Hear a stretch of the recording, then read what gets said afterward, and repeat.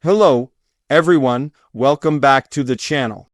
Today, we're taking a deep dive into one of the most dramatic moments in the ongoing Russia-Ukraine conflict. A moment that has sparked global attention and renewed debate about the shifting balance of power in the region. Russia's lifeline to Crimea has once again gone up in flames after a devastating Ukrainian assault. And this incident is being described as one of the most significant blows to Russian logistics. Since the war began, in this video script, we're going to break down what happened, why it matters, and how it could reshape the next chapter of the conflict. The paragraphs will be short, clear, and easy to follow, and everything will flow naturally like a video commentary. The bridge connecting Russia to Crimea has always been more than just a structure of steel and concrete. It has been a powerful symbol and a critical artery. For Russia, it represents authority, annexation, and an unbreakable link to a territory it claims as its own.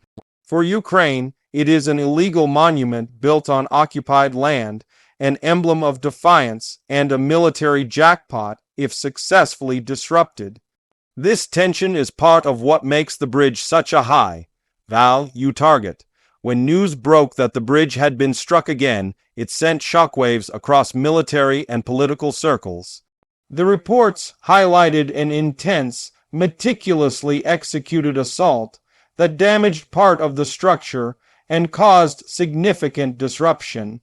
Ukraine claimed responsibility shortly after, stating that the operation was carried out with precision and purpose. The strike wasn't random, emotional, or symbolic alone.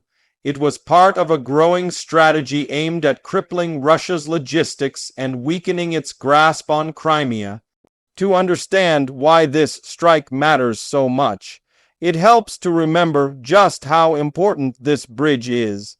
It is the main entry point for Russia to send fuel, ammunition, troop reinforcements, military vehicles, and essential supplies into Crimea. Without it, Russia must rely on longer, riskier, and less efficient supply routes. Every time the bridge is damaged, even temporarily, it forces Moscow to rethink its logistical flow, spend money on repairs, and adjust its operational plans. And in wartime, logistics is everything. This latest attack is especially interesting because it appears to have been carried out with advanced tactics and careful planning. Ukrainian forces have developed increasingly sophisticated tools, including naval drones and long-range strike systems, and this assault seems to reflect that evolution. Ukraine has been working to degrade Russian infrastructure not only to disrupt operations today, but also to apply sustained pressure that accumulates over time. The explosion reportedly ignited fire, halted traffic, and forced emergency teams to respond quickly. Footage and eyewitness accounts described flames rising from the span, smoke drifting across the water, and authorities scrambling to control the situation. Even if Russia later downplayed the damage, the disruption alone was a tactical success for Ukraine. It sent a message not only militarily but psychologically, and the psychological component is significant. Russia has invested massive resources, money, and political energy into portraying Crimea as permanently absorbed into the Russian state.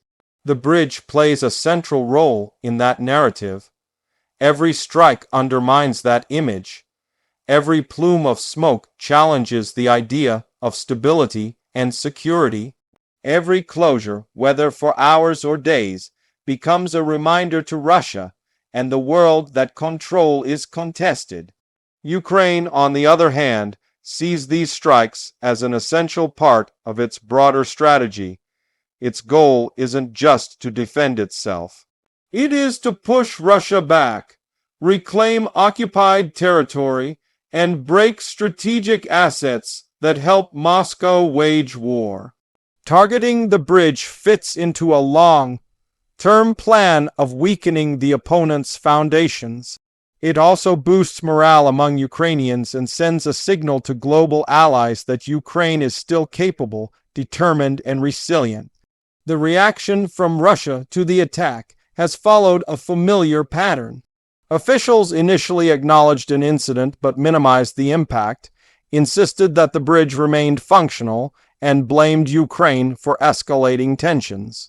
This approach is partly about managing public perception and preventing panic. But reactions among pro-Kremlin commentators, military bloggers, and analysts suggest deeper concern than official statements reveal. Many of these voices questioned how such an attack could happen again and what it means for the security of Russian infrastructure. This brings us to a crucial point: Russia's difficulty in securing the bridge.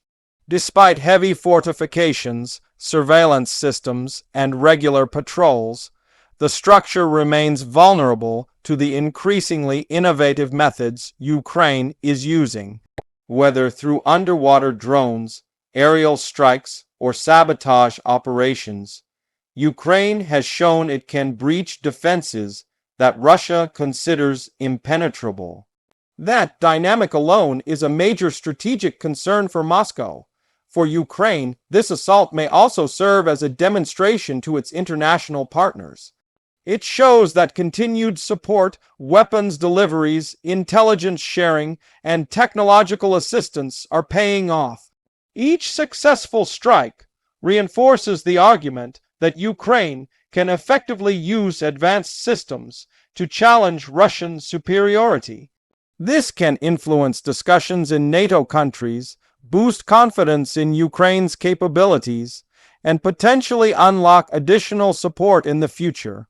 Another layer to this story is the impact on Crimea itself.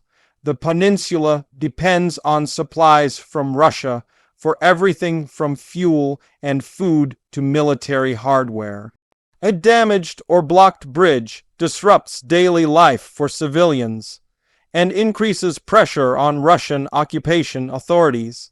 Shortages, delays, rising prices, and uncertainty can spark frustration among residents and erode confidence in Russia's ability to govern the region smoothly.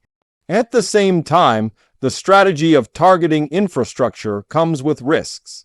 Russia may respond more aggressively, escalate strikes against Ukrainian cities, or attempt retaliatory attacks on key Ukrainian assets.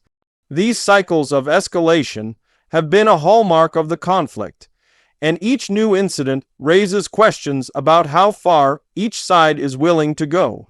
Still, Ukraine appears to be calculating that the tactical and strategic benefits outweigh the potential repercussions. The broader geopolitical implications of this strike are just as important. Countries around the world watch these developments closely. For Western nations, the strike demonstrates Ukraine's continued resolve.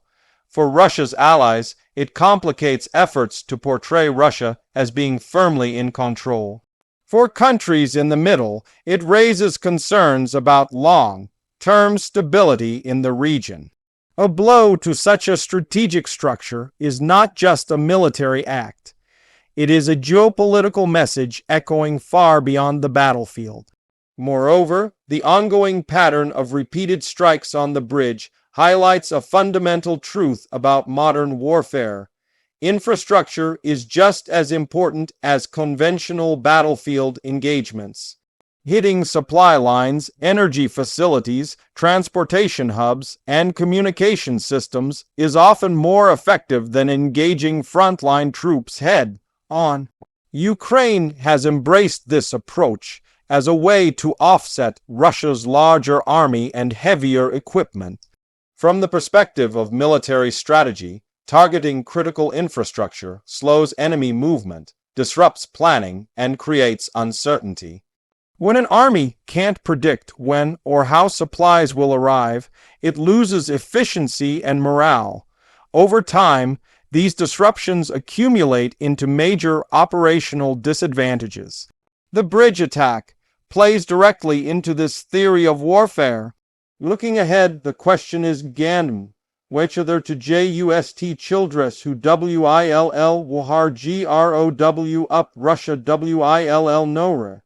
They are repair, the loved bridge, but how long repairs will last, whether further strikes will follow, and what long-term adaptations Russia will need make. Strengthening security around such a massive structure is costly and extremely difficult. Underwater defenses, drone detection systems, naval patrols, and intelligence operations all require resources and constant vigilance. And yet, Ukraine has demonstrated that even with these measures in place, a determined and innovative assault can still succeed.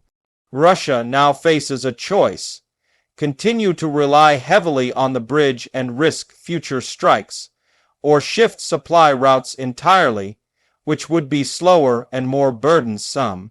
Neither option is ideal. This dilemma highlights the strategic brilliance behind Ukraine's targeting decisions. They are not simply destroying structures. They are forcing Russia into a series of difficult decisions where every option has downsides. Another important factor is public opinion within Russia. Each successful attack on the bridge raises questions about military competence, infrastructure security, and the effectiveness of the war effort. These concerns can spread through social media, opposition groups, and even among supporters. In a highly controlled information environment, such cracks in the narrative are significant. Meanwhile, in Ukraine, news of the attack has likely boosted morale.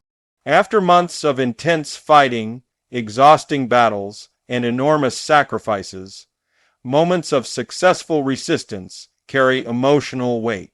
They remind Ukrainians that progress is still possible and that the struggle is not in vain.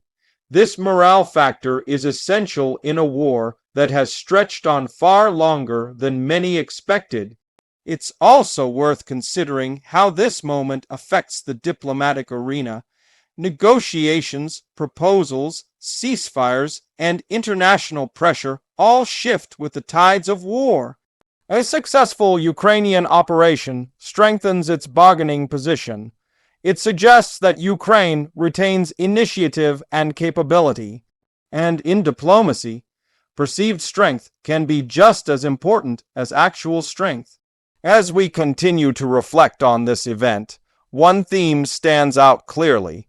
Flexibility and innovation have become defining features of Ukraine's defense strategy. Instead of relying solely on traditional warfare, Ukraine has adopted a blend of guerrilla tactics, technological experimentation, intelligence-led operations, and asymmetric strikes. This has allowed them to punch far above their weight and challenge a larger, well-armed adversary. In contrast, Russia appears trapped in the traditional logic of heavy mechanized warfare. While it certainly has strength in numbers and firepower, its inflexible system struggles to adapt to unexpected or unconventional threats. The repeated attacks on the bridge reveal a weakness in Russia's ability to protect high-value assets from new forms of sabotage and drone warfare. The future of the bridge remains uncertain. It may be repaired quickly, or it may face ongoing vulnerability. What is clear is that this incident will shape military planning for months to come. Russia will need to invest more resources in protection. Ukraine will continue looking for openings, and the world will keep watching how this high-stakes struggle unfolds. As this dramatic episode settles into the broader narrative of the war, one thing is undeniable: the battle for Crimea is far from over. Ukraine has shown repeatedly that it is willing to strike deep, take risks, and challenge the symbols and mechanisms of Russian control. Russia, meanwhile, must reckon with the reality that its most symbolic projects are not beyond reach. This attack is not just a moment. It is a message that infrastructure can burn, control can be challenged, and even the strongest bridges can crack under pressure. The implications will unfold over time, shaping military decisions, political narratives, and the emotional heartbeat of both nations. Thank you for watching, and thank you for staying informed about this fast, moving, and historically important conflict. If you enjoyed this detailed breakdown, feel free to like, subscribe, and share your thoughts in the comments. I'll see you in the next video.